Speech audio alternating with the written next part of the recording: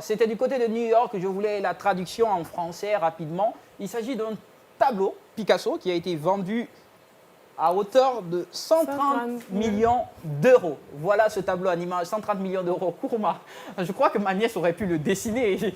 Tu ne crois pas qu'on va mettre nos enfants au dessin? Non, mais c'est vrai que c'est nous qui ne connaissons pas peut-être la valeur de ce qui est là. Picasso, on l'a appris seulement à l'école. Oui, le père du cubisme. Oui, justement, c'est à l'école qu'on a appris Picasso. On a entendu parler de Picasso beaucoup plus de savants. Et lui, déjà, avec ça, bon, nous, la Guinée et l'Afrique, surtout, nous ne sommes pas tellement cultivés au tableau. Quand on parle tableau, peut-être, quand tu dis à ton enfant aujourd'hui tableau, c'est prendre la craie, aller écrire ses mais sérieusement, il y a des enfants qui font aussi mieux que ça, hein, quand même. Non, mais au fait, non, ne vois pas le dessin, mais qui l'a fait. Peut-être cela, justement, cela peut-être le peigne Picasso, le nom rattaché au dessin. Justement, le peigne Picasso, et il faut voir aussi l'existence, la durée, ça fait combien d'années que ça a été peint. En 1932, si je ne me trompe. Et vous savez que le tableau, autant c'est comme le vin, autant ça vieillit, autant ça a la valeur. D'accord. Donc, 130 millions d'euros, peut-être que ça aurait pu même gonfler au-delà de ça.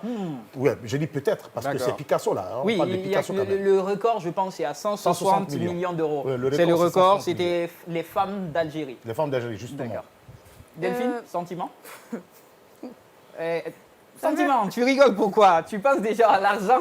Elle est en train de penser combien de millions d'euros? 130 millions d'euros. Ça fait beaucoup de Non, mais milliards, attends, c'est vrai qu'on n'a pas tous la même culture par rapport au tableau, mais ce qu'il faut signaler, c'est qu'il y a de très bons peintres en Afrique, chez nous, qui font aussi d'excellents tableaux. C'est juste qu'on n'a pas cette culture de rattacher de la valeur à ces œuvres-là.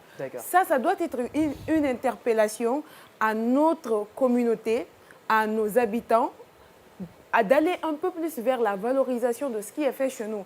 Parce que ces dessins par rapport aux dessins de Lassili Graffiti ou je ne sais qui d'autre est peint ici, hein. Beaucoup d'étudiants à l'ISAMKA là-bas c'est quand même Picasso. Font des choses... Ils vont te ressortir le cubisme dans ça, tous ces dessins, toutes ces formes-là. En fait, ne confonds pas un peu d'elle. Parce que ce tableau, tu ne comprendras pas, tu ne peux pas l'interpréter. Lassili Graffiti est en train d'interpréter un tableau que tu connais. Parce que les dessins qui sont là, toi tu connais ces dessins, tu connais le Niva, tu connais le problème, ce n'est pas l'interprétation du tableau, de ce tableau-là.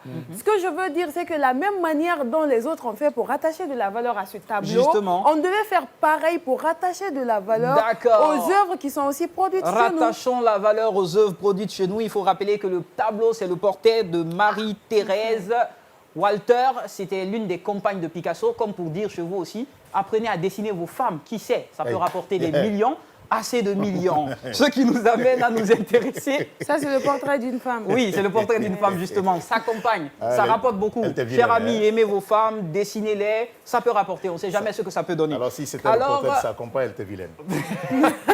Ah, non, comment? Je disais que nous avons...